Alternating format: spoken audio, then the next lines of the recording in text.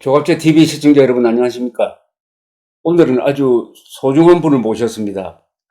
우리나라의 대표적인 탈북자신데 강철환 북한 전략센터 대표를 모셨습니다.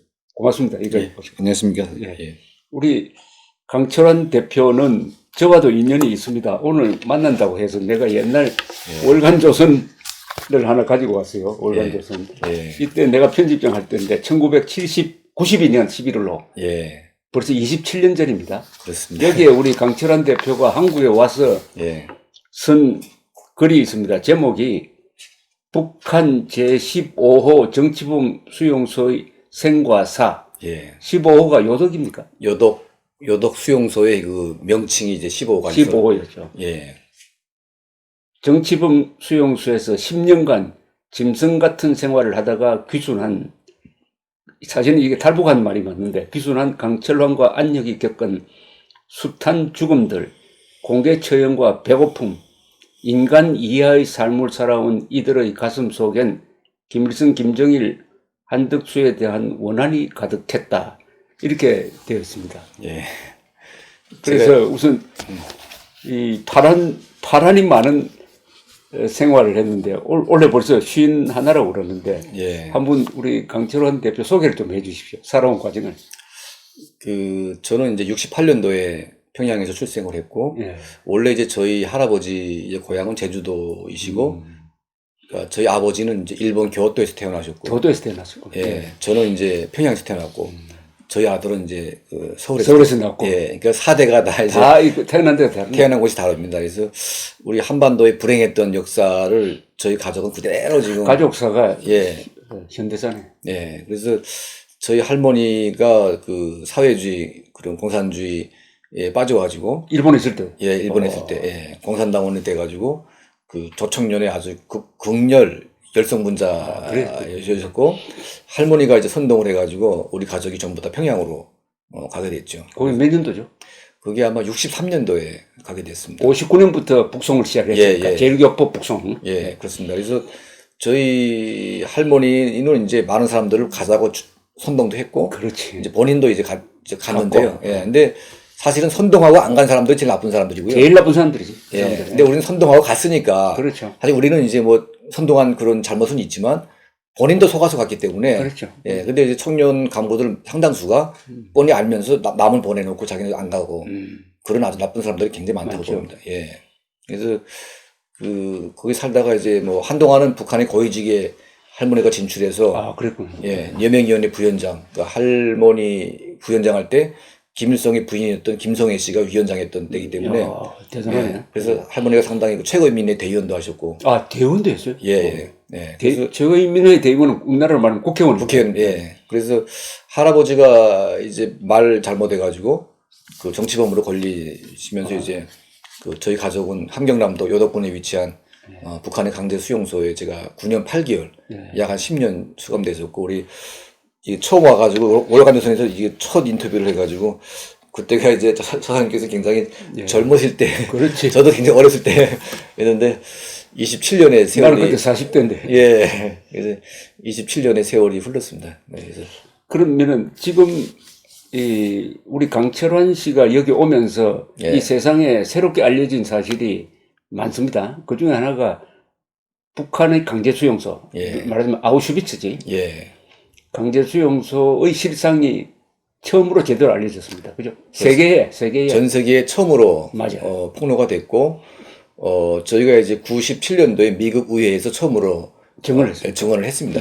그리고 이제 그 증언을 기초로 이제 2003년도에 유엔 인권위에서 인권 그 결의안이 처음으로 이제 그렇지. 됐고요. 그래서 이제 그때 노무현 정부가 그걸 불참하는 바람에 기권 불참하는 바람에 저희가 열받아가지고 그 수용소 해체운동본부를 설립해서 그때 투쟁을 좀 했습니다. 예. 예. 그리고 그때 데이비드 호크라는 사람이 예, 맞습니다. 예. 북한의 강제 수용소를 그 조사 보고서를 냈죠. 조사 보고서 냈고 이제 수용소 출신들을 만나서 다 전부 조사하고 지역별로 다 검토하고 이렇게 해서 첫 보고서를 냈습니다. 그럼 9년 동안 살다가 나왔는데 할아버지하고 부모님은 어떻게 됐어요? 할아버지는 이제 그 1급 정치범 수용소 그 숭어리에 있는 거기를 따로 끌려가셨고 그게 이제 신상옥 감독님께서 잠깐 봤던 수용소입니다. 그 사람이 탈출하다가 잡힌 데구나. 그러니까 잡혀서 탈출하다 수용됐던 잡혀가지고 수용 생활을 안 했지만 그 수용소를 보게 했다고. 보게 했구나. 김정일이가 그래서 그때 이제 제가 신상욱 감독님 만났을 때 그분이 하신 말씀이 너도 수용소 생활을 나도 봤다고. 근데 내가 본 게 진짜야. 그렇죠. 그래서 이제 그분이 하신 말씀이 평생 소원이 이제 그 수용소 영화를 만들고 싶어 하셨습니다. 근데 끈대 못 만드시고 이제 돌아가셨는데 정말 신상욱 감독님이 마지막 작품이 수용소였다면 정말 제대로 아마 만들지 않았을까. 본인이 직접 봤기 때문에. 봤기 때문에. 감옥 생활도 했거든요. 그래서 그 숭어리 교화소가 가장 많은 정치범들을 죽인 수용소이기 때문에 지금은 없습니다, 이게. 그 엠네스티 인터내셔널에서 처음으로 문제 제기를 해가지고 공개한 바람에 그게 해산됐거든요. 그 효과가 있습니다, 그죠? 외국에서 떠드는 효과가 있습니다. 외국에서 떠드는 게. 그러니까 북한이 제일 두려워하는 게 인권 문제로 이제 공격을 받는 게 제일 두려워하기 때문에. 그럼 할아버지는 돌아가셨어요, 그래서? 그러니까 그 수용소에서 간 다음부터는 소식이 없습니다. 할머니도? 할머님은 이제 수용소 저희랑 같이 가가지고 이제 10년 수감 생활하고 나오셨어요. 거의 이제 돌아가시 직전까지 계시다가 나와서 돌아가셨고요. 아버지도 돌아가시고. 아버지도 같이 정치부 수용소에 갔어요? 같이 갔습니다. 그럼 완전히 우리 강철환 씨하고는 부모가 완전히 헤어져가지고. 그렇습니다. 그러면 요덕 수용소 15호 정치범 수용소에 갈 때는 나이가 몇 살이었죠? 제가 9살 때였습니다. 9살. 그럼 9살 때 거기서 지냈네? 부모님도 없이? 그러니까 부모님 같이 있었습니다. 수용소 같은 마을에. 수용소 때 부모하고만 같이 있었구나. 같이. 그러니까 이제 그 요독 수용소라는 게 정치범 본인은 1급 수용소로 가고 그 본인의 가족은 이제 가족의 집단 이제 수용하는 연좌제니까. 그런 형태로. 그럼 부모님은 요독 수용소에서 돌아가셨어요? 그러니까 참 운이 좋게도 다른 집안은 반은 다 거의 다 죽거든요, 수용소 안에서. 근데 저희 집만 다 살아나왔어요. 할머니가 되게 강인하셔가지고 제주도 여자 분이신데 정말 강인하게 정말 산나물 풀 뜯어가지고 굶기지 않게 먹을 살려가지고 그 할머니 때문에 사실은 저희가 한 명도 안 죽고 나왔는데 아버지가 먼저 돌아가시고 그 할머니가 돌아가시고 나오신 다음에 바로 아버지가 돌아가셨을 때 연세가 어떻게 됐죠? 그때 뭐 50대도 안 돼요. 50대. 50대도 넘었어요. 그래서 92년에 오셨는데 안혁 씨하고 같이 왔죠? 안혁 씨 같이 왔습니다. 또 거기서 중요한 증언이 하나 나왔는데 오길남 씨, 그죠? 오길남 씨 딸을 거기서 본 거죠? 맞습니다. 그러니까 이제 제가 나온 다음에 이제 수용소가 이제 혁명화구역이 그 여덕군 구읍리에서 대숭리라는 북쪽으로 옮겨갔습니다. 그 옮겨간 지역에 이제 그 신숙자 씨하고 이제 오길남 씨 부인 신숙자 씨 하고 딸 둘 그 규원이하고 또 혜원이 이 두 딸이 이제 같이 갔는데 그때 이제 안혁 씨가 그때 그 수용소에 같이 가서 그 신숙자랑 같이 지낸 겁니다.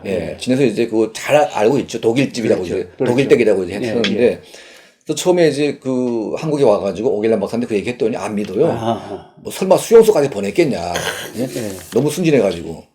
근데 저희가 다 구체적으로 증언을 하니까 그분이 참 너무 기가 막혀가지고 그 오길남 박사님의 가족사도 정말 너무나 좀 비참하고. 오길남 선생은 독일에서 유학하다가 그렇습니다. 경제학을 공부하신 분인데 윤희상 근데 속아서 등등 이렇게 속아서 북한으로 자진해서 그렇습니다. 가보니까 이게 잘못 왔다고 해가지고 이제 해외 공작 임무를 부여받고 가족은 거기 두고 부인과 두 딸이죠. 두 딸은 그냥 두고 혼자서 나왔습니다. 맞습니다. 나와가지고 그러니까 탈출해버린 거지. 그러다가 이분도 92년에 한국에 오셨어요. 92년에 한국에 오셔가지고. 그래서 지금도 거기 살아있다고 봐야지. 그래서 송환운동을 하고 있습니다. 그러니까 이제 부인은 돌아가신 게 확인이 됐고요. 확인이 됐습니까? 두 딸이 지금 평양에 나와 있습니다. 평양에 잘 나와 있네. 그래도 바깥에서 떠드니까 죽이진 않네. 그게 하도 떠들어대니까, 북한도 이제 눈치를 보고, 이제 두 딸은 내보냈지만, 그 신숙자 여사는 이제 그 수용소에서 아주 비참하게 돌아가셨죠. 참. 사진도 엠네스티에서 문제를 삼으니까 북한이 엠네스티에 사진 보낸 거 있죠, 알죠? 그러니까 사진 찍은 풍경이 그 수용소 풍경입니다. 수용소 풍경입니까? 딱 보니까 티가 나더라고요. 그래서 이제 수용소에서 억지로 옷을 입혀가지고 잘 보이려고 이제 사진을 찍었는데 보니까 이제 수용소에서 찍은 사진이었습니다. 그러니까 우리 강철환 씨는 어떻게 보면은 북한 인권 운동, 북한의 강제 수용소 이런 것을 세계 앞에서 정언했고 나중에 설명 나오겠지만 부시 대통령도 만나고 해서 이 북한 인권 문제의 아주 상징적 인물입니다. 그런데 최근에 유튜브를 시작했다고요? 예, 그래서 그 좀 설명을 해. 예, 그래서 우리 조갑재 사장님께서 1년 전에 저보고 유튜브 꼭 하라고 그렇게 얘기했었는데 한 1년 동안 제가 뭉개다가 지금 시작했습니다. 잘하셨습니다. 예, 네. 그래서 강철한 TV 평양의 어항이라는 제목으로 시작을 했는데 2주 만에 그 구독자가 한 5천 명 아이고 굉장히 성적 좋네. 예, 돌파했습니다. 그래서 제가 또 사장님하고 같이 이제 저희가 그 인터뷰도 많이 했고 제가 조선일보에서 한 11년 동안 기자 생활도 했고 또 최근에 북한의 여러 가지 그 정보 네트워크를 가지고 있다 보니까 좀 더 정확하고 사실적인 북한의 문제 그리고 이제 남북한의 잘못된 문제들을 좀 지적을 하고 그렇죠. 앞으로 이제 어떻게 하면 북한 정권을 붕괴시킬 수 있을지 국민들과 함께 뭔가 좀 하고 싶어서 이제 TV를 이제 개설하게 됐습니다. 강철환 TV니까 많이 구독해 주십시오. 구독을 꽉 눌러 주시기 바랍니다. 예, 그러니까 강철환 TV. 예, 거기 제가- 보니까 영어로 아쿠아리움 평양. 평양 써놨던데 그게 무슨 그거 한번 설명해 주시죠. 그게 평양의 어항입니다. 어항이죠. 예, 근데 그 제 책이 이제 영어로 나왔는데 그렇지. 그 베스트셀러 됐죠, 그죠? 예, 평양의 어항이라는 제목이 나오게 된 게 제가 어릴 때 그 평양에서 이제 어린 아이들이 그 구피라고 하는 고기 있지 않습니까? 관상어. 그러면 구피랑 그다음에 이제 군붕어 이런 것들을 막 키우는 게 유행했었는데 제가 저희 집이 약간 부유해 가지고 저희 집 바로 앞에 이제 군붕어 상점이 있었습니다. 그래서 제일 좋은 고기들을 다 끌어다가 이제 키웠는데 그 수용소 갈 때 저희 친구들이 막 몰려와 가지고 다 주고 가라고. 하하. 그래서 제가 너무 아까워 가지고 아, 제가 제일 좋아하는 고기 30마리만 남겨두고 다 줬어요, 애들한테. 그러세요. 그걸 내가 이제 수용소까지 끌고 갔거든요. 가요, 갔어요. 예, 갔는데 그 보이원이 저를 막 때리려고 그래요, 막. 근데 때려도 나는 이거 가져가겠다. 하도 내가 바라고 그러니까 이제 그걸 그대로 태웠거든요. 그래서 수용소까지 군붕어를 가져간 사람은 저밖에 없더라고요. 아, 물에 넣어가지고 가지고. 예, 물에 넣어가지고.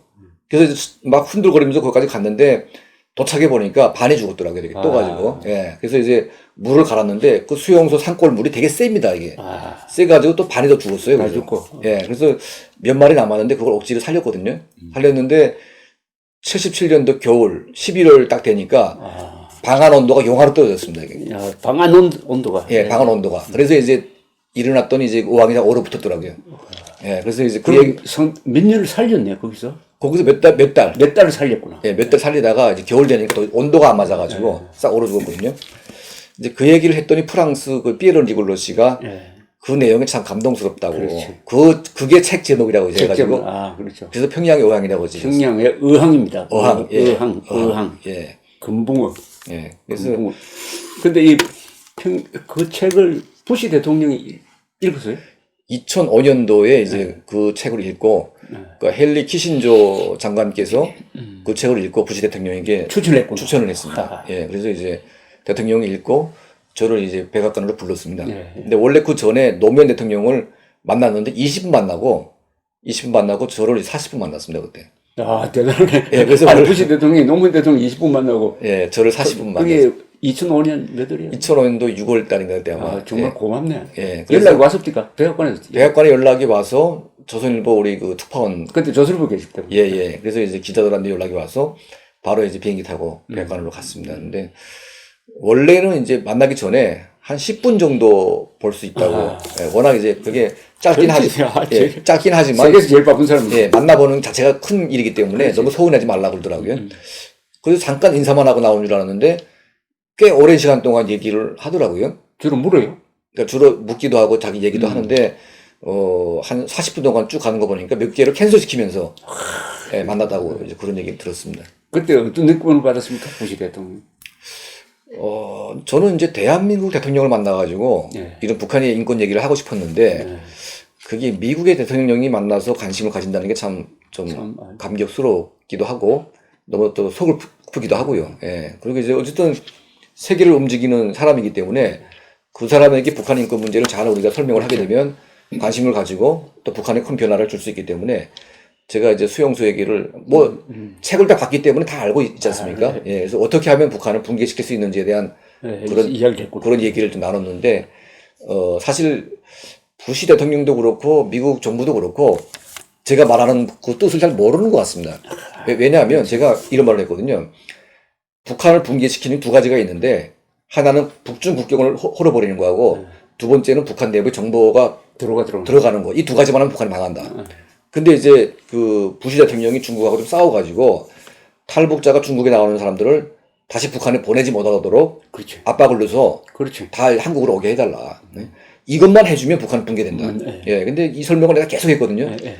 그래서 크리스토퍼 힐 차관보가 단동까지 갔었습니다 그때 탈북자 여해한다고. 하지만 이제 중국과 거기에 뭐 그렇죠. 탈북자를 가지고 싸우지는 않더라고요. 근데 그것만 했으면 사실은 많은 분들을 구출하고 최소한 부시란 사람이 그 북한 문제에 대한 애정, 동정심은 있는 것 같죠. 그게 굉장히 깊었습니다. 그게 느껴졌다. 예. 그러니까 개인적으로 북한에 관한 굉장히 관심이 있는데 그 사람들에 대한 관심이 되게 많았습니다. 예. 그러니까 지금도 제가 가끔 1년에 한 번씩 뵈거든요. 그래요? 예. 텍사스에 가게 되면 제가 왔다 그러면 보자고 그럽니다. 예. 그래서 같이, 예. 어떻게 보면 친구가 됐네. 예. 같이 뵈면 이제 막 뭐 애들 얘기도 하고 또 이제 서로 관심사도 얘기하고 참 인간적이지 그분이. 예. 소탈하고. 굉장히 인간적이고 솔직하고 아주 좋은 분인 것 같습니다. 롤라 여사 부인도 그렇고. 예, 로라 부인도 그렇고 이제 참 너무 훌륭하신 분인 것 같습니다. 그럼 한국에서 현직 대통령 누굴 만났죠? 박근혜 대통령 되시기 전에 한번 제가 만나뵌 적이 있었고요. 그리고 이제 이명박 대통령은 이제 대통령 된 이후에 민주평통 모임할 때 인사 나는 정도였습니다. 그리고 진지한 대화는 할 기회가 진지한 대화는 할 새가 없었습니다. 네. 박근혜 대통령은 저 당시에 한나라당 대표할 때는 탈북자들하고 자주 만났는데. 자주 뵀습니다 그때. 예, 자주 뵙고 사실은 이제 박근혜 대통령께서 하신 일 중에 대북 문제만큼은 정말 잘했습니다. 그렇죠. 예, 북한 문제만큼은 북한을 딱 멱돌면을 쥐고 완전히 흔들었거든요. 그러니까 그때 김정은 정권이 굉장히 힘들었습니다. 힘들었죠. 예, 그리고 오히려 거꾸로 북한이 대화하자고 난리가 났어요. 그렇죠. 예, 그때 2014년도인가 그 아시안 그 게임 할 때 황병석, 김양권이 최룡에 세 명이 떼거지로 와가지고 만나달라고 구걸했지만 우리가 안 만났거든요. 근데 지금은 이렇게 북한이 잘해주는데 우리가 대화하자고 해도 지금 북한이 오히려 우리를 갖다 무시하지 않습니까 지금? 지금 강철한 대표 말이 아주 숨겨진 진실인데 예.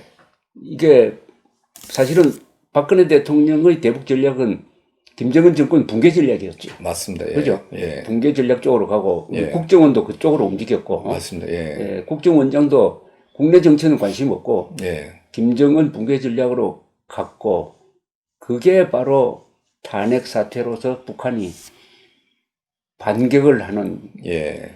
그런 형국이 된 면이 있습니다. 예. 그러니까 이제 이게 한국의 주사파 세력과 북한 김씨 왕조 세력 간에 결탁이 됐죠. 어떤 커넥션이 있는지 잘 모르겠지만 이게 딱 보면 냄새가 나거든요. 예. 그 이자들이 어떻게 연계되어 있고 어떤 적을 공동으로 죽이려고 하는지. 근데 아마 이제 박근혜 정부가 한 번 더 가게 되면 보수 정권이 한 번 더 가게 되면 그야말로 북한은 붕괴될 수밖에 없기 때문에 이 두 세력이 사생결단해서 아마 박근혜 대통령 탄핵을 조작하고 기획하고 이제 만들어내지 않았을까 하는 생각이 듭니다. 아주 이게 한반도 전체로 보면은 휴전선 남쪽에서만 보면은 안 보여요, 그죠? 저 보면은 김정은의 반격이란 측면이 있지. 예, 제가 사실은요 제가 북한 쪽에 이제 그 북한에 있는 간부들 이런 사람들하고 저희가 가끔 이제 간접적으로 연락도 하고 그러는데 그 정동영 후보가 이제 유권 후보가 되기 전에 그러니까 그 사람이 2007년 예 2007년 대통령 후보도 되기 전에 북한의 한 간부가 이제 그 중국의 베이징 대사관에서 이런 말을 하더라고요. 우리는 정동영 후보로 정했다. 근데 이미 정동영 후보가 나오지도 않았어요. 그런데 이제 정했다고 하길래 그런 새빨간 거짓말 하지도 말아라고. 그 사람은 아직 후보도 안 나온 사람이다. 근데 이미 정했다고 이제 보라고 그래요. 그런 줄 직접 들었어요? 예, 아니 그러니까 집도 듣기도 하고 몇 번 그런 얘기를 하더라고요. 돌아다니면서. 그래서 이제 긴가민가 했는데 후보가 되길래 와 이게 우연인지 아니면 이게 사실인지. 근데 제가 보건대는 우연은 아닌 것 같습니다.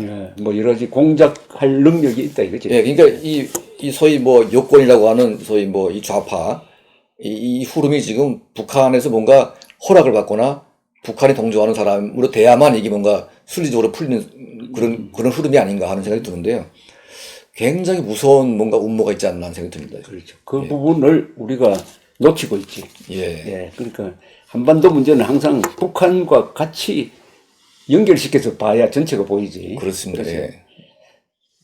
그러니까 이제 대한민국은 그 이제 국정원이라든지 뭐 군 정보사가 있지 않습니까? 그래서 이제 북한을 이제 공략하고 첩보 활동을 하는데 사실 예산이나 인력이나 모든 면에서 대한민국이 북한한테 월등히 앞서지만 정보 전쟁에서는 북한의 10분의 1도 안 됩니다, 이게.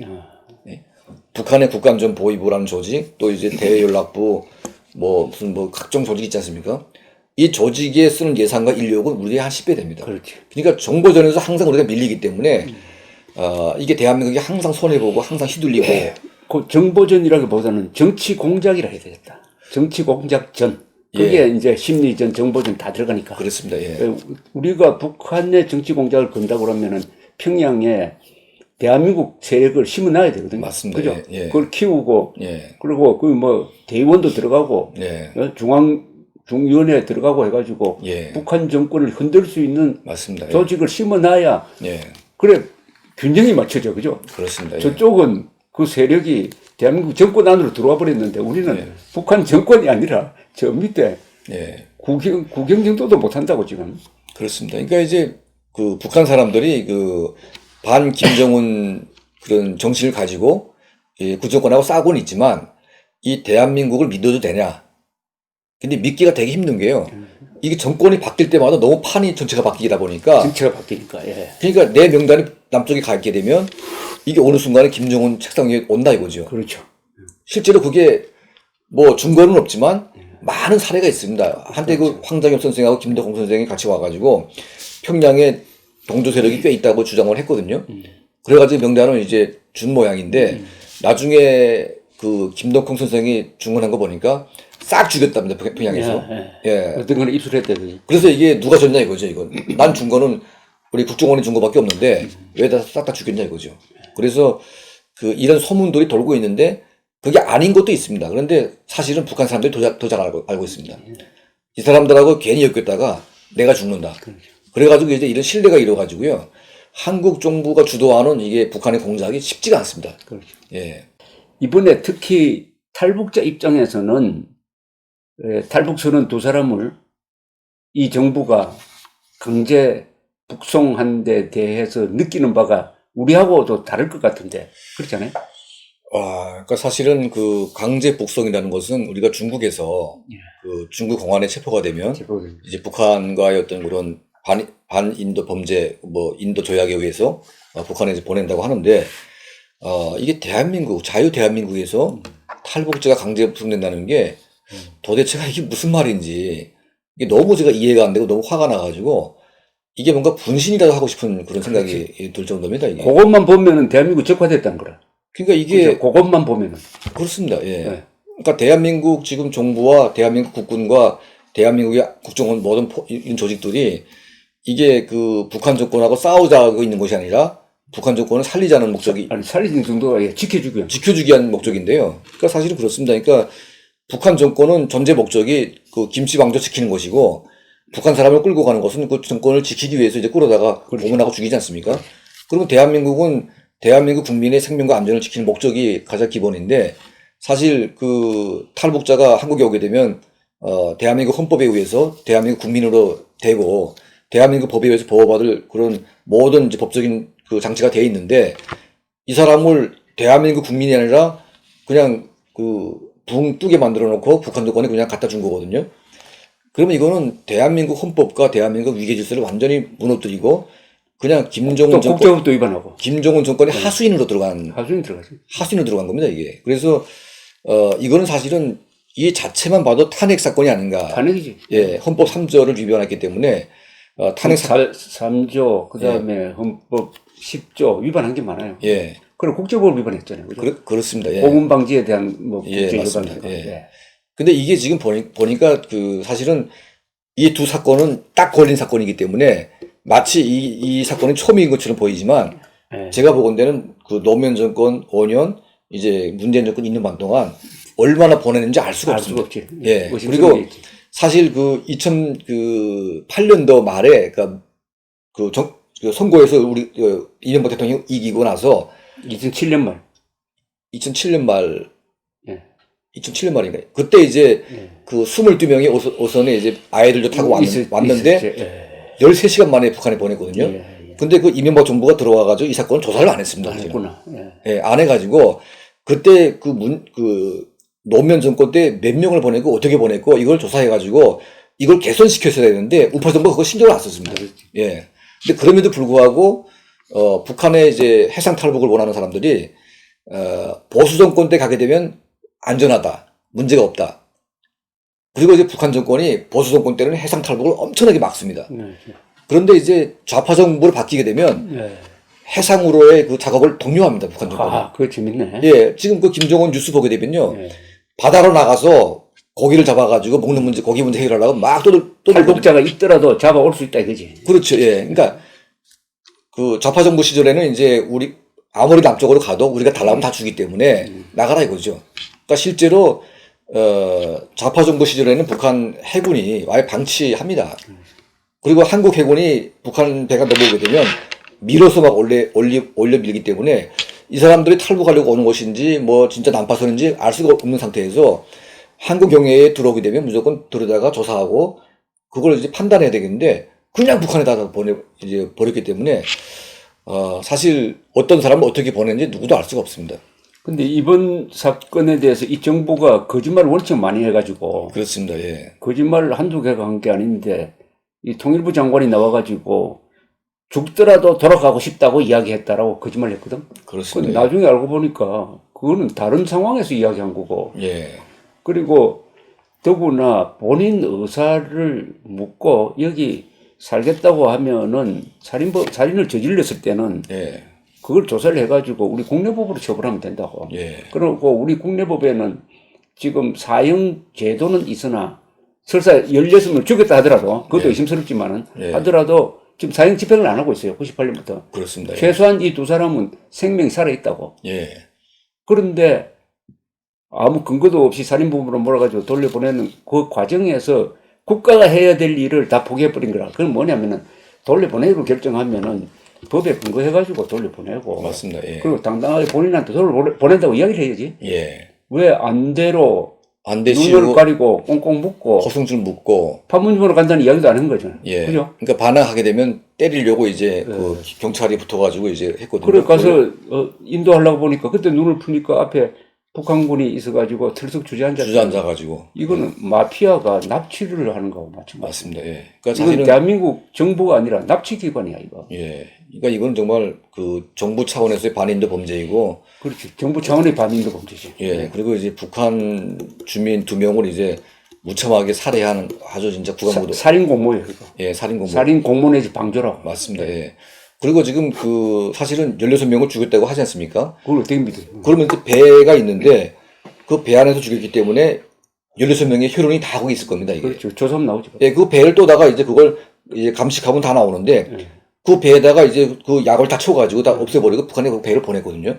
증거 인멸해 준 거. 그러니까 증거 인멸을 했기 때문에 16명을 죽였다는 것 자체도 사실 거짓말인 것 같고요. 그리고 이 배라는 게 보셨겠지만 그 죽은 사람 16명에다가 3명 더하기 19명인데 그 19명을 탈 수 있는 배가 아닙니다. 그 배가.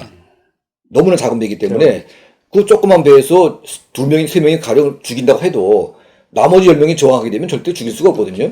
그러니까 이 자체가 완전히 날조된 거짓말이고 북한도 사실은 이 거짓말을 그냥 함부로 북한에 남쪽에다 갖다 뒤집어 씌웠는데 한국 정부는 이제 그 김정은이 부산 아시안 정상회담에 오는 걸 기대해가지고 그렇지. 그냥 북한 말을 초청장을 보냈을 때지 그때가. 예, 북한 말을 그대로 그냥 믿고 그냥 너네한테 보내겠다, 선물로 주겠다 해서 보낸 거거든요. 그래서 이거는 완전히 그 남북한이 짜고 이제 북한 주민의 2,300만의 북한 동포들의 인권을 짓밟은 것도 모자라서 탈출해온 북한 주민까지도 같이 이제 북한 정권에다 밀어넣었기 때문에 이거는 정말 그래서 이제는 뭐 다행히 북한 인권 단체 그리고 유엔 기구, 엠네스티 인터내셔널 그다음에 뭡니까 그 유명한 휴먼 라이트 워치 같은 데서 예. 공개적으로 문제를 제기하고 예. 한국에서도 인권 단체가 여러 사람들이 성명서도 발표하고 시위도 하고 했는데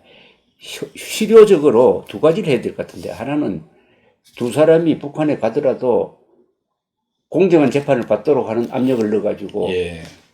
고문 사형 안 되도록 하는 거 하는 거고. 그렇습니다. 예. 그 두 사람의 인권을 인명을 보호하는 거. 그 다음에는 이 보낸 이 정부 책임자를 처벌받도록 하는 거라고. 맞습니다. 이 두 가지 일을 해요. 예. 그 방향을 어떻게 하면 될까요? 그러니까 저희가 지금 유엔 인권 사무소하고 연락을 해서 일단은 이제 첫 번째는 16명의 살인 사건이 사실인지 이걸 북한 내부에서 객관적으로 우리가 정보를 입수를 해서 제공하는 측면이 있고요. 그리고 이제 그 한국 정부 차원에서 지금 이 2명뿐만이 아니라 그 전에 보냈던 모든 사람에 대한 유엔 차원의 조사가 필요하다.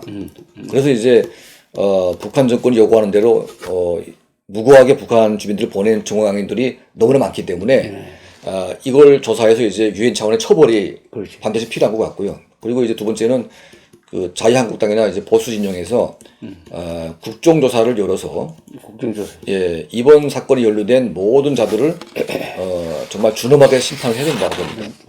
예, 이거는 그 용납하기 힘든 문제이고 사실은 해서는 안 될 그런 짓이거든요. 사실은 어떻게 보면 김정은보다 더 악랄한 짓을 한 겁니다. 아, 모르지. 예, 김정은보다 더 나쁜 짓이지. 예, 더 나쁜 짓입니다 이게. 응? 원래 히틀러가 사람을 많이 죽였지만 그 히틀러를 도와주고 찬양한 놈들이 더 나쁜 놈이듯이 그 정말 악귀 같은 김정은 정권을 도와서 무고한 북한 주민을 죽이게 한 그 죄야말로 정말 이거는 그 용서받기 힘들다고 저는 이거에 방치되면은 언젠가는 우리 강철한 대표는 나 같은 사람도 맞습니다. 무슨 죄를 덮어 씌워가지고 예. 북한으로 보내질지도 모른다고. 예. 보내질지도 모른다고. 맞습니다. 그리고 한국의 애국자들을 예. 북한이 찝어가지고 예. 최고 저놈을 모독했다 해가지고 잡아서 보내라고 하면은 예. 문재인 정권 안 보낼 것 같아요.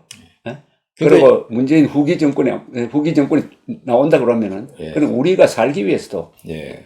그러니까 대한민국 국민이 생명, 재산, 자유를 지키기 위해서는 이번 이게 잘 걸렸으니까 여기서 반드시 끝장을 봐야 됩니다. 끝장을 봐야 됩니다. 예. 그러니까 이제 시간 걸리더라도 반드시 처벌을 해야 돼. 두 사람이 200명이 될 수가 있고 2,000명이 될 수가 있고 그렇습니다. 2만 명이 될 수가 있습니다. 그렇죠. 예. 그러니까 이 두 사람의 이 무고한 어떤 생명을 이번에 지키지 못한다면 앞으로 더 끔찍한 그렇지. 그런 일이 발생할 수 있기 때문에 저는 이번 사건이야말로 정말 사생결단 싸워서 모두 법정에 세워야 된다고 저는 그런데 생각합니다. 문제는 이런 운동 끈질기게 해야 되거든요. 맞습니다. 끈질기게 예. 할 주체가 있을까? 일단은 백승주 의원이 지금 적극적으로. 예, 자유한국당에서 제일 적은. 지금 이제 하고 있는데 이 당 차원에서 강력하게 할 건지 좀 시간이 필요하다 뭐 이런 말씀을 하셨는데 저희는 이제 저희 나름대로 탈북자 그룹들이 이제 북한 내부의 여러 가지 상황들을 우리가 조사를 해서 확실한 증거를 가져오고 그래서 이제 이런 증거들을 가져온 기초하에서 이제 그 법적으로 판단 내릴 수 있는 그런 준비를 좀 해야 될 것 같아요. 유엔에서 조사하러 안 옵니까? 아마 지금 유엔 차원에서 조사를 준비하는 것 같습니다. 준비하는 것 같아요. 예, 그래서 지금 그 시나 폴슨 소장님도 이 사건을 매우 엄중하고 누구죠, 그 사람이? 그 유엔 사무소장, 서울 사무소장. 서울 사무소장. 예, 그분도 이제 이 사건을 굉장히 엄중하게 보고 있고 유엔 인권 서울 사무소 사무소. 예, 소장 누구시죠? 그 시나 폴슨. 시나포르. 예, 저는 뭘 했던 거예요? 이분이 아마 유엔에서 오랫동안 예. 그 인권 쪽에서 운동했던 분이신데 북한 인권에 상당히 관심이 많으시고 이번 사건을 굉장히 지금 중시하는구나. 예, 문제가 있다고 보고 있습니다. 그래서 아마 저희한테 말하기를 한국이 국가인권위에다가도 한번 예. 진정서를 한번 해봐라. 예. 그런 말씀 하시고 가지고 그것도 한번 해봐야 되겠다. 예. 그런 생각을 하게 됐습니다. 예. 그러니까 그동안에 우리 92년에 강철원 씨가 한국에 와서 요독 수용소 문제를 세계에 고발한 이후에 세계적으로 북한 인권 문제가 큰 이슈가 된 거 아닙니까? 그죠? 그렇습니다. 그러니까 예. 2014년에는 유엔 인권 보고서가 채택이 되고 예. 올해도 또 총회 결의로서 예. 책임자를 국제형사재판소에 회부해야 된다는 예. 내용까지 담아가지고 안보리로 넘어가게 돼 있다고. 그렇습니다. 예. 그 정도로 역량이 커졌다, 그죠? 예. 이 역량을 잘 활용해가지고 이번에 아까 말한 두 가지, 예. 두 사람을 보호를 하고 예. 그다음에 책임자를 처벌하는 걸 그렇습니다. 예. 하려면은 우리 이 조갑제 TV 보시는 분들 포함해서 우리 국민들이 관심을 가져야 됩니다. 예. 잊어버리면 안 돼요. 국민들이 좀 후원을 많이 해가지고 저희가 사실은 우리가 지금 뭘 하려고 하게 되면 지금 해상으로 온 탈북자들이 지금 한 100명 이상 됩니다. 아, 이제 또 맞네. 어떤 식으로 조사를 했는지 그 다시 조사를 해봐야 되겠네. 조사를 쫙 해가지고요. 예. 이거 한번 우리가 판단을 해야 됩니다. 예. 예, 이거 그냥 얼른뚱땅 넘어가면 안 되거든요. 예. 그래서 최근에 오신 분들 얘기 들어보니까 상당히 위협적으로 조사를 한답니다. 아, 적대적으로 한다 이거죠. 적대적으로. 예. 그러니까 그걸 막 환영을 해야 될 텐데. 예, 그렇게 너 정말 하면 고생했다. 어? 잘 왔다. 아, 뭐 가겠다고 해도 가더라도 좀 보고 가라. 어? 이렇게 따뜻하게 해야 되는데 굉장히 적대적으로 막 그렇게 하다 보니까 이 사람들이 괜히 여기 남겠다고 했다가 북한에 끌려가지 않을까 그런 생각을 하게 된다는 거죠. 아, 그래서 사실은 이 해상으로 오신 분들에 대한 조사를 전면적으로 해가지고 이게 뭐가 문제가 있는지 그래서 이 제도 개선을 위한 조사 사업을 해야 되는데 이 정부가 뭐 그런 돈을 우리한테 줄 수는 우선 없고 이 정부의 기록으로라도 이런 걸 예. 한번 건의를 해야 될 것 같습니다. 그러니까 뭐 어떤 단체든지 해가지고 예. 우선 북한에 공식적으로 요구를 하라고. 공정한 재판. 예. 그리고 고문을 해서는 안 된다. 그렇습니다. 그리고 우리가 청구하겠다. 예. 그렇죠? 예. 해가지고 그것을 하도록 예. 그렇게 해주면 나중에 이 사람들 처벌할 때 조금 정상 참작은 되는 거지. 그렇습니다. 예. 나중에 뉘우쳤구나 예. 하는 걸 요구를 해야 되고 내 생각 같아서는 난 이런 뭐 어떻게 보면 좀 복수적인 시각이기도 하지만은 만약 두 사람을 북한이 처형한다면은 우리도 책임자 여기 북한을 두 사람을 보내가지고 죽게 한 우리 사람들 찾아내가지고 우리도 사형 선고를 해버려야 돼. 그렇습니다. 예. 똑같이 해야지. 예. 이해는 이 눈에는 눈. 이게 그렇습니다. 정의의 가장 기본인데. 예. 그런데 혹시 우리나라에 온 3만 명 넘는 탈북자 중에 문재인 대통령과 의미 있는 면담을 가진 사람이 있습니까? 제가 알기로는 아직 한 명도 없는 거로 한 명도 없어요. 한 명도 없는 걸로 알고 있습니다. 예. 그리고 이제 인권 변호사인데. 그 대통령과의 대화에 이제 예. 탈북 여성이 한 분이 나왔었는데 아, 이분이 이제 뭐 김일성 명함 시계를 뭐 항상 뭐 가지고 다닐 정도로 굉장히 북한을 찬양하는 그런 이상한 여자가 하나 있는 것 같아요. 근데 이런 여자를 이제 대통령과의 대화에 쭉 내세웠습니다. 아하, 그러니까 이게 뭔가- 질문도 하게 하고. 예, 질문도 하게 하고. 근데 그 여자가 한 질문이 되게 황당무계한데요. 예. 탈북자 단체가 너무 많기 때문에 대통령이 좀 정리해달라. 아니, 이게 무슨, 아니, 이게 자유민주주의 국가에서 단체든 개인이든 뭐 하든 그건 무슨 상관입니까? 국가에서. 응? 불법이 아닌 이상이야 자기가 알아서 하는 것인데 대통령이 정리해달라. 이런 말을 이제 거기서 주장하는데 그런 정신 나간 여자를 이제 대통령과의 대화에 섭외했다는 것 자체가 얼마나 탈북자들의 의견을 안 듣겠다고 하는 그런 생각인지 그리고 탈북자 자체를 적대적으로 보기 때문에 예. 지금 그 친북적인 성향으로 바뀌어 가지고 탈북자를 공격하는 탈북자가 또 있거든요. 아, 그렇게 또 생겼어. 아, 예, 그럼 참 몇 명 안 되지만 분열시키고 있네. 아주 이상한 애들이 몇 명 있어요. 네. 이건 이제 북한한테 사주도 받고 있어요.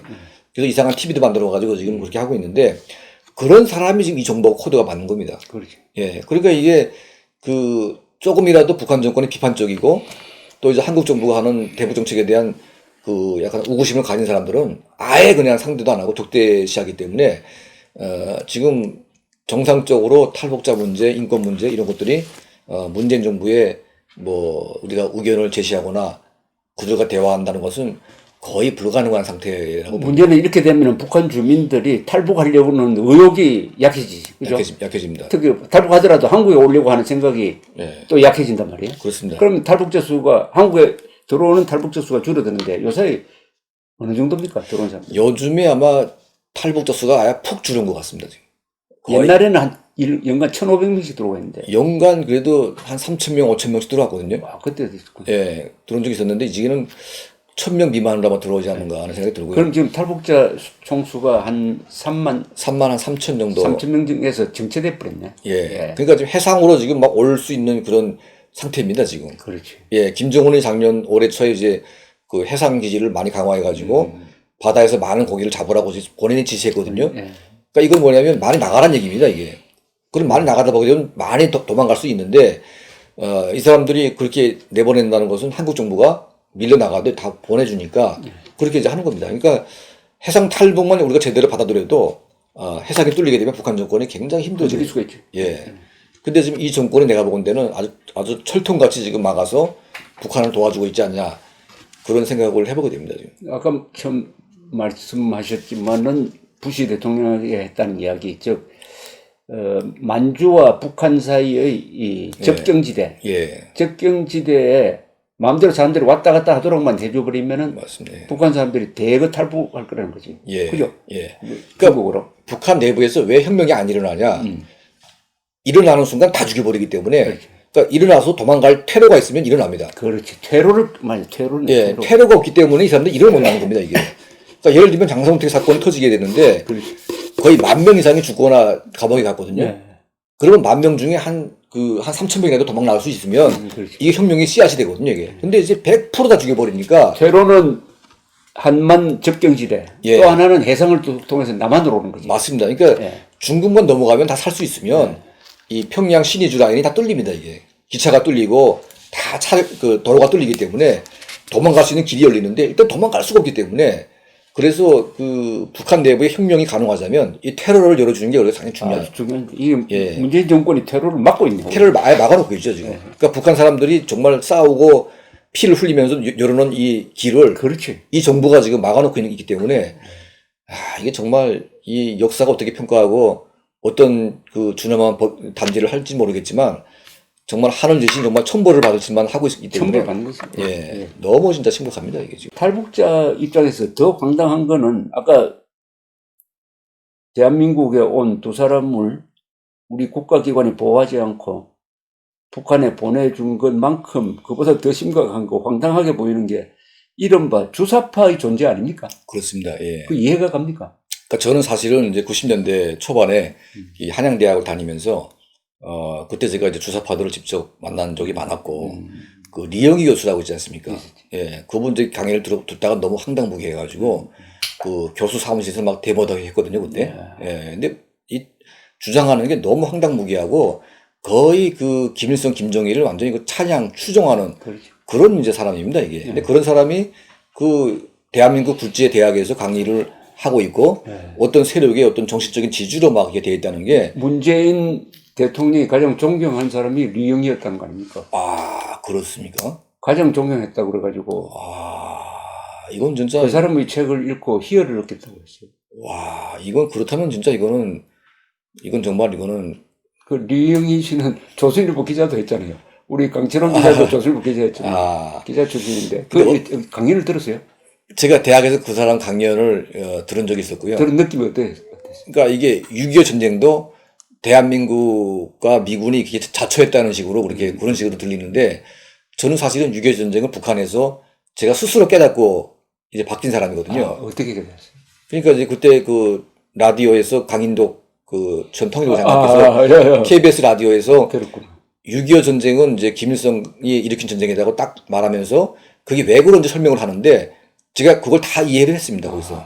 예. 그러니까 왜냐하면 준비한 쪽에서 이제 만약 북한을 침략했다면 바로 평양으로 가야 되는데, 그렇지. 어떻게 그 다음날 3일 밀려가지고 3일 만에 서울이 점령이 되냐. 그렇지. 이거는 북한이 준비한 것이고 우리는 그냥 무방 상태에 있다는 걸 증명하는 것이다. 그러니까 그 말을 제가 듣고 나서 머리가 막 망치에 맞는 것 같은 느낌이 들었어요. 그랬어요? 예. 충격이구나. 예. 왜 이런 걸 우리가 몰랐지? 그래서 제가 이제 그 주변에 우리 군인들, 친구하는 애들, 소대장하는 애들을 만나서 얘기를 해봤거든요. 이게 가능한지. 그러니까 애들도 군사 이런 걸 배우면서 자기네도 약간 좀 그런 웃음을 가지고 있었대요. 근데 이제 같이 라디오를 들으면서, 우리는 이제 김일성이가 남침을 했다. 이걸 제가 인식을 했거든요. 그래서 저는 스스로 배우고 왔는데, 이 대한민국의 이 교수라는 사람이 그 6.25 남침을 이제 한국과 미군이 자초한 측면이 있다고 그렇게 주장하는 거는, 유도한 측면이 있다. 예, 유도한 측면이 있다고 그러는 거는 이건 도무지 이해가 안 되고요. 그리고 이제 송두율이가 하던 내재적인 접근법. 내재적 접근법. 예. 송두율. 북한에서 공개 처형은 그럴 수밖에 없다는 식이죠, 이게. 그렇지. 모든 걸 이해해 주자는 거죠. 예. 그러니까 북한의 모든 거는 다 아름답게 보이고, 대한민국의 모든 건 다 이제 친일이고, 친미가 완전히 무슨 그런 식으로 이제 매도하고 막 해가지고, 듣는 내내 너무 열받아가지고요. 예. 그래서 저희가 이제 이용 교수 사무실 가가지고 막 데모하고 막 그랬었는데, 근데 이제 그때 한양대 그때 임종석 씨는 제 선배거든요, 한양대학교. 그리고 그 밑에 있는 애들이 하루 저희가 학교 지나가는데, 민족 반역자 새끼들이 여기 왜 왔냐는 식으로 얘기를 합니다. 그래서 제가 그때 갑자기 막 화가 나가지고, 그때는 제가 북한식 마인드니까 멱다시 잡아가지고 막 싸우려고 했는데 걔가 도망가더라고요. 그리고 나서 이제 몇 번 부딪혔는데, 한번 농활에 제가 한번 간 적이 있었어요, 농활에. 농활에 갔는데, 그 주사파 선배라는 애가 나와가지고 이제 막걸리 먹기 전에 그 얘가 하는 말이 그 김일성 주석님은 이제 우리 민족의 위대한 정말 훌륭한 위대한 수령이시다. 제가 그래서 내가 그때는 저는 후배 나이는 비슷하지만 저는 후배니까 근데 내가 그랬어요. 너 다시 한번 얘기해보라. 그랬더니 나보고 후배 새끼가 무슨 말버릇이 뭐 그러냐고 다시 한번 얘기해보라 했더니 걔가 똑같은 말을 하면 돼서 내가 그 말 처리 안 하면 너는 죽는다 그랬어요. 응? 자기 처리할 수 없대요. 그래서 내가 그때 날라가지고 아예 그 머리를 받았어요. 그때 가가지고 받아가지고 내가 그때 막 주먹을 막 쳐주거든요. 그때는 완전 북한식이니까 그때는요. 그래가지고 막 싸움 붙으니까 애들이 막 달라붙어가지고 그 말렸습니다. 이렇게 형이 왜 그러냐고. 응? 나는 북한에서 저 김일성인데 내가 우리 가족을 다 그러니까 몰살당한 사람이고 우리 할머니 할아버지는 그야말로 북한에 충성을 당한 사람인데 다 죽었다 우리는. 이 김일성이라는 놈들이 항일 운동가들 다 죽이고. 항일 운동가를 다 죽였지. 예, 항일 운동가 다 죽이지 않았습니까? 그렇지. 뭐 박헌영이부터 시작해가지고 뭐 최창익이 뭐 김두봉이 김원봉이 뭐 다 죽였지 않습니까 이 사람들. 한일 운동가 다 죽이고 진짜 공산주의자들은 다 죽이고 나서 자기만 추종하는 그 일당만 살려가지고 허위고시가는 그런 정말 그 말도 안 되는 정권인데 그런 정권을 찬양하는 너는 진짜 오늘 내 가만히 있겠다 해가지고 막 싸웠는데 그때 모였던 애들은 전부 다 저를 다 지지하더라고요. 아, 그렇구나. 예. 만약 그 순간에 제가 없었더라면 얘들은 전부 다 주사파에 다 들어가가지고 거기로 갔을 겁니다, 아마. 예. 그래서 이게 보니까 시골에서 농사 짓는 부모를 가진 좀 가난한 친구들을 다 불러 모아가지고 계급투쟁하고 민중혁명을 갖다가 이제 선동을 하는데 이걸 아주 체계적으로 교육을 하고 있어요. 그러니까 이제 이 한양대학만 그런 게 아니고 이 서울의 모든 주요 대학이 다 그런 식으로 이념 교육을 하다 보니까 서희 전대협이라고 하는 이 주사파들 여기에 물든 우리 386 세대 지금 586이 됐지만 이 아이들의 사고 방식이 전부 다 그 반미, 친북 그리고 이제 그 핵심 세력들은 전부 다 북한한테 이제 뭔가 다 커넥션이 있어가지고 충성맹세했거나 거기에다 이제 꼰덕지가 잡혀가지고 꼼짝 못하는 그런 상태가 되지 않았습니까? 그러니까 이 증거는 뭐냐면 주사파에 있던 애들은 단 한 번도 그 누구도 김정은이 비판한 적이 없습니다. 비판이 없지. 두 번째는 북한 인권 얘기한 적이 없습니다. 이 문재인 세력 중에서 한 번도 김정은 비판이 없지. 한 명도 없습니다. 한 명도 없지. 단 한 명도 없습니다. 김정일 비판도 없고 김일성 예. 비판도 없는 거라. 김일성, 김정일, 김정은 비판한 사람이 한 명도 없고요. 완전히 예. 저 성인군자로 보는 거지. 그러니까 지금 그 송영길이라고 하는 그 양반 얘기 들어보니까 그 북한은 이제 가족같이 하나가 된 화목한 국가다. 그 사람 주사파 아닌데. 그러니까 아마 물든 사람인 것 같은데요. 그러면 이제 가족같이 화목한 나라에서 그 고모부를 고사포를 쏴 죽입니까 이게? 예? 그 사실을 뻔히 보면서도 그런 엉뚱한 얘기를 하는 거 보니까 자, 이게 문제는 예. 이게 그 당시만 해도 언젠가는 그 세력은 소멸될 거로 봤죠. 그렇습니다. 그렇죠. 예. 그런데 예. 이게 소멸되는 게 아니라 점점 커져가지고 정권을 잡았단 말이에요. 예. 이제 주사파가 정권 잡았다 하면은 반론이 없어요. 그죠? 그렇습니다. 예. 반론이 없고. 예. 그래서 우선 이걸 딱 정리를 해가지고 우선 첫째 용어 문제인데 난 주사파는 이름을 이제는 김일성파라고 불러야 될 것 같은데. 맞습니다. 예. 그죠? 예. 주체 사상은 좋은 거란 말이에요. 예. 이 주체 사상을 안 하잖아요. 그죠? 그러니까 뭐 노예 사상을 하는 거지. 이게 무슨 주체 사상이에요? 예. 탈북자 그 김일성 씨 말 따르면 김일성 족속. 그러니까 김일성파라고 부르자고 앞으로. 예. 김일성파. 김일성파. 예. 김일성파라고 부르면은 사람들이 그때 정신 차리지. 예. 용어가 제일 그 다음 두 번째 예. 이걸 깰 논리를 우리가 정리를 하는데 요 사람들이 한국 사람들의 영혼을 장악한 것은 첫째 민족주의라는 이름으로 한 거거든. 그렇습니다. 그러니까 예. 민족 반역자 김일성이가 민족의 챔피언이다. 예. 왜 챔피언이냐? 항일 무장투쟁을 했다. 맞습니다. 예. 그 다음에 한국 정쟁을 통해서 반미 투쟁을 했다. 예. 그리고 제재를 받으면서도 핵무기 개발에 성공했다. 예. 이거 보는 거 아닙니까? 그죠? 맞습니다. 예.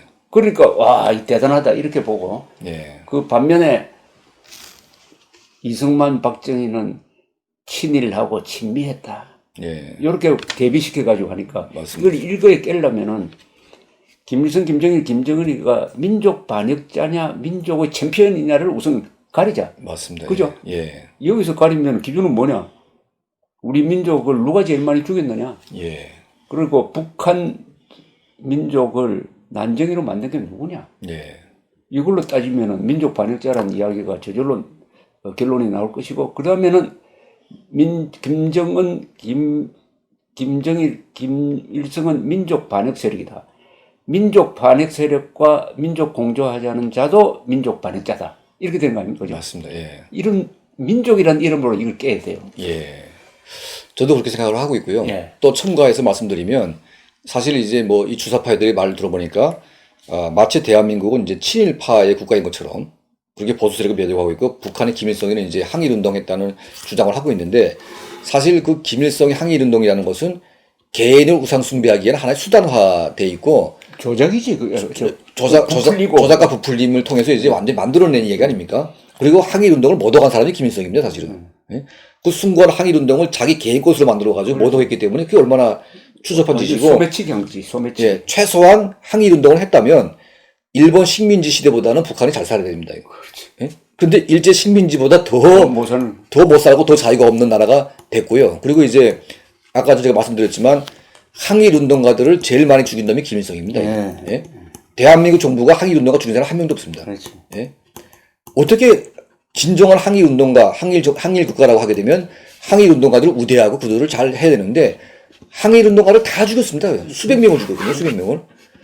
근데 어떻게 그 항일 운동가들을 다 죽이고 항일 운동을 모독한 그 개인 우상 숭배의 이 교주 같은 놈들을 그걸 우리 민족의 참편이라고 그렇게 하게 되면 이거는 정신병자가 아니고서는 그렇게 생각할 수가 없는 거라고 생각을 합니다. 사실 김일성파는 정신병자지. 예, 그렇습니다. 완벽한 정신병이죠. 예. 거기다가 사실은 제가 좀 경악스러운 것은 뭐 독일이 분단돼가지고 사실은 그 동독의 그 스타지가 서독을 갖다 이제 계속 매수했는데 그 통일 이후에 스타지 문건 보니까 엄청나게 많은 사람들이 동독 스타지에 이제 매수가 된 증거가 있었지만 그걸 덮고 갔다는 그런 말을 제가 들은 적이 있습니다, 이게. 근데 사실은 동독의 스타지는 서독 포섭에 실패한 케이스거든요. 그렇죠. 근데 제가 보건대는 북한의 보이부, 북한의 대남 공작 부서는 대남 공작에 성공한 케이스고 그렇죠. 포섭에 성공했기 때문에 제가 보건대는 얼마나 많은 간첩들이 거기 박혀있는지 알 수가 없습니다, 이게. 예. 그러니까 이건 정신병자 플러스 거의 간첩화된 집단이라고 보고 있습니다. 예. 그래서 이 세력을 우리가 다음 선거에서 드러내지 않으면 그야말로 한반도의 재앙이 올 수밖에 없다. 저는 그렇게 보고 있고요. 그래서 반드시 저는 다음 정권 때는 이제 이걸 교체해서 대한민국을 정상화 저는 시켜야 된다고 보고 있습니다. 이제 그래서 우리가 반일 프레임에 빠지면 빠질수록 그 수렁은 어디로 가느냐 하면은 김일성 숭배로 간다고. 맞습니다. 그죠? 예. 그런데 알고 보면은 지금 말한 대로 정확하게 이야기를 했는데 김일성 집단이야말로 가장 친일적이지 이게. 맞습니다. 예. 일본한테 굽신굽신하고. 예. 그러니까 김일성이가 죽인 사람은 전부 다 한국 사람이지 일본 사람이 몇 사람 되느냐 이게. 없습니다. 예. 지금 뭐 전쟁에서 200만 이상 죽였죠. 그리고 북한 지역에서 수용소 만들어 놓고 50만 이상을 죽였지 않습니까? 그리고 300만을 굶겨 죽었습니다, 이분들이. 예? 아니 일본 사람 몇 사람 모르지 뭐 저 알제살 운동할 때 일본 군인 몇 사람 죽였는지 모르겠지만은. 예. 그래놓고 이걸 강구하는 게 41년 무렵부터 45년까지는 항일운동 하나도 안 했거든. 예. 그죠? 예. 저 소련에 가가지고. 그래서 휴양 생활했죠. 그때 소련은 예. 일본과 우호국이었다고. 불가침 예. 조약을 맺어가지고. 예. 맞습니다. 아니, 이승만이나 다른 우리 독립투자는 제일 어려울 때 일본과 싸우고 있었는데 이자는 놀고 있었잖아. 예. 일본의 우방국에서 놀고 있었으니까. 맞습니다. 예. 이게 결정적인 시기에 빠져버렸어요. 예. 그래서 이게 김일성의 허황된 정체를 밝히는 것. 예. 그 다음에 이 누가 민족의 챔피언이냐 하는 걸 밝히는 이걸 간단 명료하게 정리를 할 거, 복잡하게 설명할 필요 없는데. 예. 그러니까 저는 이제 뭐 제 개인적인 생각인데요. 그 국가의 정통성이라고 하는 것은 항일이냐 친일이냐에 있는 것이 아니라 그 국가가 모든 국민 개인에게 자유를 줬냐 안 줬냐. 행복을 줬냐 안 줬냐 그게지 뭐. 예. 자유를 줬기 때문에 대한민국은 전통성이 있는 것이고 그게, 예. 북한은 인민들을 노예화시켰기 때문에 저거는 전통성이 없는 것인데 이게 마치 무슨 반일 친일 프레임 씌워가지고 대한민국의 그 위대함을 폄하하고 북한을 갖다 추종하는 이 정말 말도 안 되는 이 현상에 대해서 우리 국민들이 좀 깨어날 때가 오지 않았나 하는 생각이 듭니다. 이제 깨어나고 있는 것 같은데 예. 지금 아주 좋은 이야기 했네. 예. 그러니까 반일 친미 뭐 이런 거 다 떠나가지고 국민 입장에서 서면 누가 국민에게 자유를 주었느냐? 맞습니다. 예. 누가 국민으로부터 자유를 뺐었느냐? 예. 자유를 뺏은 놈을 민족 챔피언이라고 볼 수 없는 거죠. 맞습니다. 예. 자유를 기준으로 하자. 그 예. 아주 난 좋은 말인데. 예. 자유를 기준으로 해가지고 누가 민족 반역자를 가르자. 예. 자유 안에는 괄호하고 저절로 행복이거든. 예. 인간에게 자유를 주면은 인간은 저절로 예. 행복해질 수 있단 말이에요. 예. 아주 좋은 말입니다. 그런데 현실적으로 이런 게 이 큰 세력화가 되어가지고 이 세력은 많은 사람들이 문재인 정권에 소속된 사람은 왜 이렇게 부끄러움이 없느냐? 왜 이렇게 거짓말을 잘하느냐? 예. 거짓말이 들통나도 왜 하나같이 사과를 안 하느냐 하는데 북한에서 공산주의자들과 같이 살아본 강철환 씨 입장에서는 그걸 설명할 수가 있습니까? 왜 그렇습니까? 제가 지금 북한에 살아보지 않습니까? 근데 북한에서 다른 뉴스를 못 들을 때에는 김일성이가 한 말들이 다 사실인 줄 알았거든요. 근데 이제 나중에 여기서 보니까 인민들에게 입합의 거깃국을 먹이겠다고 30년 전부터 떠들어댔는데 한 번도 이제 입합의 거깃국을 먹인 적이 없습니다. 그리고 뭐 이 가난, 고통, 그리고 빈곤 어느 하나 해결한 것이 아무것도 없는데 자기는 위대하다고 이제 떠들어대고 있어요. 그러니까 이 뻔뻔함이라는 것은 정말 이게 누구한테 비교할 수도 없어요, 이게. 그러니까 그런 뻔뻔한 놈들을 추종하는 주사파 세력들은 그거 닮지 않겠습니까? 그 뻔뻔함. 뻔뻔함을 담는 거지. 예, 담는 겁니다, 사실은. 그러니까 저게 사회주의 계열의 사람들이 이게 목적이 옳다면 수단과 방법을 안 그리는 거지. 물불을 안 가리고 한다는 겁니다. 그러니까 자기네가 하는 수단과 방법을 안 가리는 것은 정의라고 생각하는 거거든요. 그러니까 남이 하는 거는 다 범죄고 자기가 하는 것은 다 정의다. 이렇게 생각을 하다 보니까 이게 도덕적인 관념이 많이 마비되고, 국민들이 보기에는 너무나 말도 안 되는 것들을 마음대로 지금 하고 있는 그런 모습을 보이는 것 같습니다. 그러니까 실제로 지금 문재인 씨가 이야기하는 걸 보면요. 완전히 180도로 거꾸로 해석하면은 사실에 더 가까워요. 맞습니다. 예. 하나 예를 들면은 지난 7월 말에 윤석열 검찰총장에게 임명장을 주면서 뭐라고 했느냐. 산 권력을 수사할 수 있어야 한다. 예. 특히 청와대에서 잘못한 거 있으면 수사를 해라. 예. 이게 바로 국민의 신뢰를 얻는 것이고 그게 바로 검찰개혁이다. 예. 이런 취지의 이야기를 했다고. 예. 근데 그렇게 했잖아요. 그렇습니다. 예. 그렇게 하니까 화를 냈잖아. 그러니까 그 말을 어떻게 해석해야 되느냐 하면은 예. 산 권력을 수사하라는 말을 고지고대로 들으면 안 되고 죽은 권력을 수사하라. 예. 이렇게 알아들었어야 되는데 죽은 권력과 자기 반대편을 수사해라. 수사하라는 건데 예. 말을 거꾸로 해석을 안 해가지고 지금 예. 윤석열 총장이 좀 어렵게 된 것 같은데 이게 농담이 아닙니다. 내가 예. 하다 보면은 예. 그래서 내가 6.25 전에 한국으로 온 사람들, 지금 나이가 80 이상 제1기 탈북자들, 노인분들 만나서 물어보면은, 내가 꼭 이걸 물어요. 공산당 생활 미치아에서 3년, 4년 하고 왔는데, 공산주의를 한마디로 요약해 주십시오. 뭡니까? 하면 거의 대부분이 거짓말쟁이라고 해요. 예. 난 폭력이라고 할 줄 알았더니. 예. 그러니까 공산주의의 핵심은 거짓말입니다. 거짓말입니다. 예. 거짓말, 그 다음에 폭력인데, 어떻게 보면 폭력보다 거짓말이 더 앞서는 더 거예요. 없습니다. 예. 그죠? 맞죠? 그러니까 실제로 지금 북한의 김일성이나 김정일이나 자기들이 엄청난 짓을 해놓고 지금까지 진실을 얘기한 게 한 건도 없습니다. 그렇지. 예. 제일 큰 덩어리는 6.25 전쟁. 그죠? 쥐들이 해놓고 지금 그것까지 지금 다 거짓말을 만들어 하고 있지 않습니까? 말 다 한 것이 뭐 그런 그러니까 뭐 칼기 폭파하고 천안함 폭치하고 지금까지 한 범죄에 대해서 한 번도 지금 하지 않았는데 단 한 번 딱 한 적이 있는데 고이즈미 김정일 회담 때 일본의 식민지 배상금 받기 위해서 100억 달러 이제 필요하니까 납치해간 사람 그거 처음으로 시인했다가 쫙딱 망하는 케이스입니다. 이게. 예. 그거 외에는 사실은 한 번도 인정한 적이 없습니다. 그래놓고 모든 잘못은 대한민국이 뒤집어 씌우고.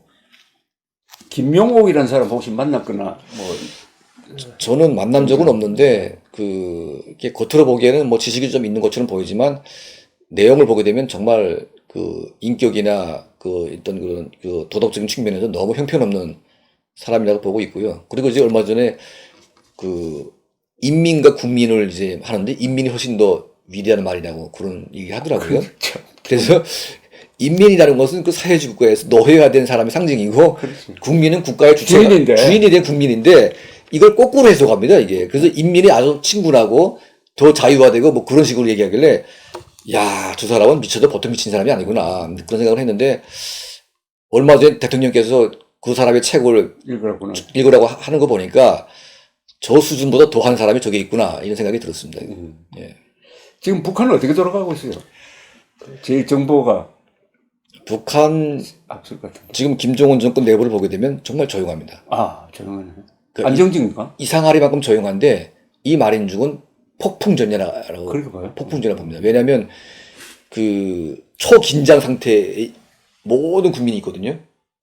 그러면 초긴장이라는 것은 그겁니다. 그러니까 그 과거에 없었던 세 가지가 움직이고 있는데, 하나는 이제 그 김씨 왕조를 지키고 있는 엘리트 그룹들의 충성도, 이게 지금 무너지고 있고, 두 번째는 이제 이 김씨 왕조를 지키는 그 경제적인 여건이 이제 무너졌고, 세 번째는 밑바닥 사람들이 변화되고 있습니다. 아, 많이 변하네.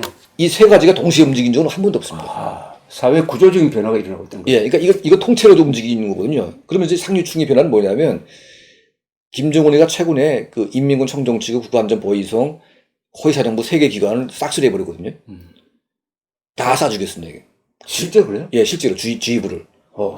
그럴 수가 있나? 이거 지금 한국 언론은 잘 안 나오고 있는데요. 지금 엄청난 피해된 데가 났습니다. 그러면 과거의 아버지 때에는 그런 무리에 속해 있으면 뇌물을 좀 받아먹어도 봐줬잖아요. 좀 봐주고, 이 정도 안 봐주게 되면 얘들이 CIA 돈 받아먹는다 해가지고 아버지는 봐줬거든요. 근데 얘는 지금 돈도 없기도 하거니와 너무 경험이 부족하다 보니까 이걸 전부 다 적폐로 봐가지고 다 쓸어버렸습니다. 이게. 그래서 이제 이 엘리트 그룹들의 이 결집력이 지금 상당히 지금 무너질 상황에 와 있고, 과거에 아무리 어려웠지만 39호실만큼은 빵빵 돌아갔습니다. 아, 예. 근데 이제는 39호실하고 인민군 그 제2경제, 이 군부 경제가 완전히 지금 붕괴 상태로 지금 가 있기 때문에 대북 제재 효과 있다는 거예요. 엄청난 효과가 있습니다. 이게. 예. 그래서 이제 그리고 이제 일반 주민들, 저희가 이제 북한 내부에 뭐 여러 가지 정보를 보내는 일을 하고 있지만, 북한 사람들이 변화하는데 저희도 일조를 하고 있습니다. 예. 뭐 비록 한국 정부는 한국 국민들은 하나 도와준 건 없지만 저희가 미국에 후원받아가지고 그걸 이제 계속 하고 있거든요. 그래서 이런 것들을 통해서 지금 삼각 파도가 오고 있기 때문에 모든 북한 주민들, 군인들, 엘리트까지도 다 초긴장 상태에 있으니까 지금 조용하게 있는 거죠. 그냥 누군가가 막 불씨를 탁 던지게 되면 그냥 폭발할 수밖에 없는 그런 단계를 가고 있다. 가장 큰 불 중에 하나가 김정은이가 무슨 뭐 쓰러지는 사태. 즉 건강이 안 좋잖아요, 그죠? 예. 그런 그럴 수는 또 있는 거 아닌가? 김정은 자체가 지금 나이는 어리지만 지나친 스트레스, 야, 스트레스 받. 예, 그리고 이제 운동을 너무 안 하고, 그리고 이제 폭식과 또 음주를 지금 무절제하게 하기 때문에 자기 아버지 김정일은 40살까지는 자기 김일성이 눈치 보면서 뭔가 이제 열심히 다녔거든요.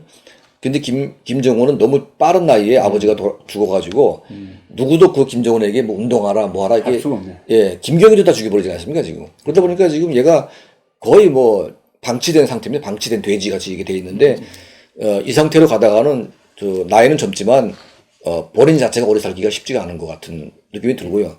그리고 이제 가장 중요한 것은 그 군사 쿠데타, 그리고 이제 그 암살 같은 그렇지. 그런 것들이 이제 올 때가 온 것 같습니다. 예. 그래서 지금 북한 내부가 워낙 긴장하고 지금 문제가 많기 때문에 제가 보건대는 통일은 눈앞에 왔다고 봅니다. 그런 느낌이거든. 아이고. 예, 이미 통일은 눈앞에 왔습니다. 다만 이거를 어떻게 요리하고 어떻게 평화적으로 주저앉히는가가 이제 우리의 과제인데요.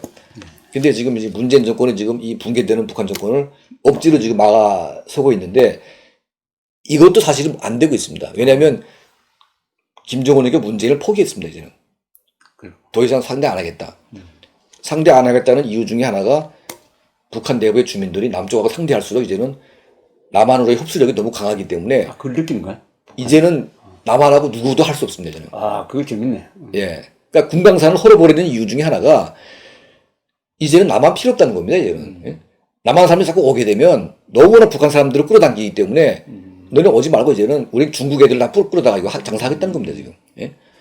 이렇게 정해놨고 지금 남한을 갖다가 이제 끌어놨기 때문에 이 김정은의 속셈을 지금 문재인 정부가 모르고 있는 것 같아요. 지금도. 예. 근데 아마 그러니까 이제 문재인 정권은 만만할지 모르지만 대한민국에는 워낙 큰 덩어리가 예. 있으니까 예. 대한민국 접촉하면은 자석이 끌려듯이 끌려듯이 그냥 영향을 받아버린다 이거지. 영향을 받기 때문에 이제는 김정은 정권이 그걸 감내할 능력이 안 되는 겁니다, 이게 지금. 예. 그래서 이제 50대 1이니까. 예. 그러니까 지금 이제 얘네들이 문재인하고 하고 싶어도 할 수도 없고, 또 두 번째는 뭐냐면, 자, 김정은이가 올해 4월 달에 문재인 대통령 불러가지고 10만 군중 앞에서 판을 벌려줬습니다. 그래서 그 대화, 연설도 시켰습니다, 이렇게. 그렇죠. 그러니까 자기는 다 도와줬어요, 지금. 그렇죠. 그러니까 이제 문재인 대통령이 구상하고 있는 가짜 평화, 가짜 남북 경제협력에 대해서 김정은은 협력을 해줬어요. 네가 가짜로 이렇게 하든 말든 네가 알아서 해라. 응? 그러면 나한테 선물로 좀 뭐가 줘야 되는 게 아닙니까, 이게? 그 주는 게 뭘 바라는 거지? 그러니까 이제 정은이 바라는 건 뭡니까? 바라는 게 개성공단하고 금강산. 아, 돈이네 역시. 예, 요걸 탁 틀어놓게 되면 중국이 그걸 빌미로 묶어놨던 걸 다 풀어줄 수가 있습니다. 아, 그러니까 더 큰 덩어리는 중국이 있는데 중국이니까 한국이 돌파구를 마련해줘야 되는데. 예, 한국이 먼저 해버리면 중국이 그걸 맞춰가지고 한국도 하는데 뭐 우리도 하겠다 해가지고 그거 풀어주게 되면 다 끝나는 거거든요. 이걸 문재인이가 지금 해달라는 건데 그걸 어떻게 합니까, 문재인 대통령이? 할 수가 없죠. 예. 만약 그거 했다가는 미국이 당장 박살내겠는데 북한들이 보이콧이 들어오고 뭐 완전히 제재 들어오고 유엔 제재를 한국이 받을 수가 있습니다. 받을 수 있지. 예. 그래서 이거를 할 수 없기 때문에 더 이상 김정은도 이 두 가지 때문에 사실은 문재인하고 아무것도 할 일이 없어요. 예. 저는 그래서 향후 2년 반은 그 지금까지 싸워왔던 가짜 평화와 가짜 남북한 경제가 통째로 붕괴되는 그 과정이 될 것이다. 그렇게 보고 있습니다. 아주 독특한 시각이면서도 설득이 있네요. 예. 희망적이기도 하고. 예. 그러니까 이왕 지사 이래 됐으니까 이제 우리 헌법 정신으로 돌아가서 이 북한 전략을 새로 세워야 되는데 예. 그동안에 한국에서는 이승만 대통령까지만 북진 통일이라는 말 썼다고. 네. 그런 자유 통일이라는 말 쓰고 네. 박정희 대통령 시절에 7.4 공동성명을 통해서 북한과 대화하는 과정에서 평화 통일로 말이 바꿔버렸어. 네.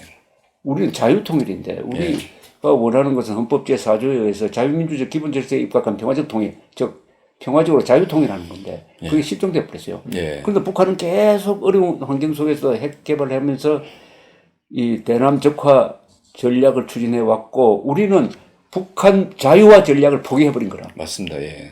이래 되면은 의지력의 싸움에서 우리가 지는 거거든요. 예. 그래서 주사파가 아니죠. 김일성파가 한국 권력의 핵심에 들어가도록 우리가 방치를 해줘 버렸어요. 예. 그럼 이걸 해결하기 위해서는 이제 좋은 말씀하셨는데 북한의 그런 변화의 가능성이 지금 되고 있으니까 우리도 거기에 맞춰가지고 이제 예.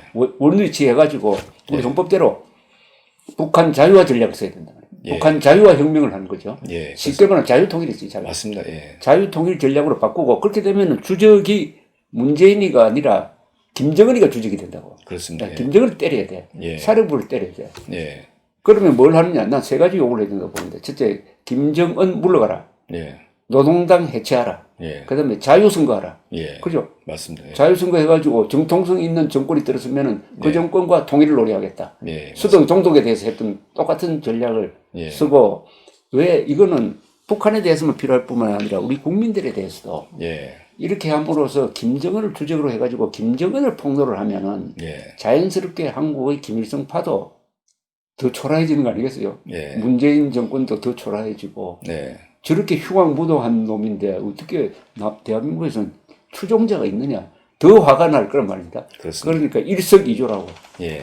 그런 전략을 나는 북한 자유혁명 전략 또는 자유통일 뭐 이렇게 하는데 우리 지금 원래 하고 있는 게 지금 하고 있는 게 그 방향으로 하고 있네요. 그렇습니다. 그러니까 저희가 이제 1차적으로 지금 뭐 여러 가지 모금을 해가지고 북한 내부에 이제 저희는 북중 국경을 통해서 그 USB 라디오를 북한에 뿌리고 있습니다. 근데 이게 USB 마법이라고 됩니다, 이게.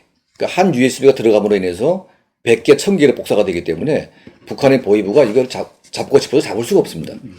그래서 저희가 최근에 보낸 영화 중에 국제시장이라는 영화를 보냈는데요. 아, 좋은 영화 보냈네. 예, 보냈는데 그거 보면 사람들이 좋아할 걸. 사실 사람들. 남한의 젊은 20대 애들은 그 영화를 보면서 눈물까지는 흘리진 않습니다. 아, 근데 북한의 20대는요.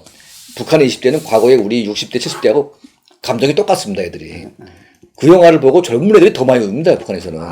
이 효과 있네, 북한에. 효과가 엄청납니다, 이게. 이게 좋은 영화거든, 또. 예. 그리고 이제 그 인천 상륙작전. 예, 예.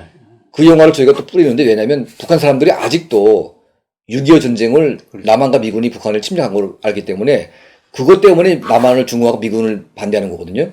근데 그 영화를 봄으로 인해서 생각이 다 바뀝니다. 그래서 이 두 가지 영화를 저희가 집중적으로 북한에 뿌렸는데 북한 정권이 저희를 막 계속 협박을 하고 있습니다. 야. 보내지 말라고. 그리고 사실은 이게 우리 국민들이 좀 도와서 해야 되는데 아직까지 우리 국민들이 거기에 대한 좀 이렇게 돕고자 하는 마음이 좀 아직 그 회원 무슨 그 저 후원 회원 계좌 이런 거 없어요? 있습니다. 저희 뭐 강철한 TV 그걸로 들어가면 거기 다 적혀 있죠. 예, 네. TV에도 있고 네. 저희 단체 홈페이지 오게 되면 다 후원할 수 있는 기능이 예, 있습니다. 예. 예. 이게 바로 북한 정권을 무너뜨리려면은 우리가 가지고 있는 자원을 쓰니까 아니 공산화되면 가지고 있는 돈 다 못 쓰잖아요. 맞습니다. 예. 그러니까 자유는 자유가 살아 있을 때 지키는 것이고 예. 자기 재산은 자기 재산이 있을 때 그 재산을 사용해서 재산을 지키는 거니까 맞습니다. 한국에 돈 있는 분들은 우리 강철환 대표를 지원하는 게 북한 정권을 무너뜨리고 대한민국의 김일성파를 소멸시키는 거니까 꼭 지원을 해 주셔야 됩니다. 이거는 뭐 사실은 강철환 씨가 호소할 필요도 없는 거고 예. 자발적으로 우리가 용감한 사람을 도와주는 게 덜 용감한 사람이 없는데 감사합니다. 오늘 긴 이야기를 했는데 다 재미가 있고 저도 오랜만에 이야기를 들으니까 예. 아주 생생합니다. 가끔 모셔가지고 예. 우리 강철환 대표 이야기 듣고 강철환 TV 많이 구독해 주시기 바랍니다. 감사합니다. 예, 감사합니다. 아,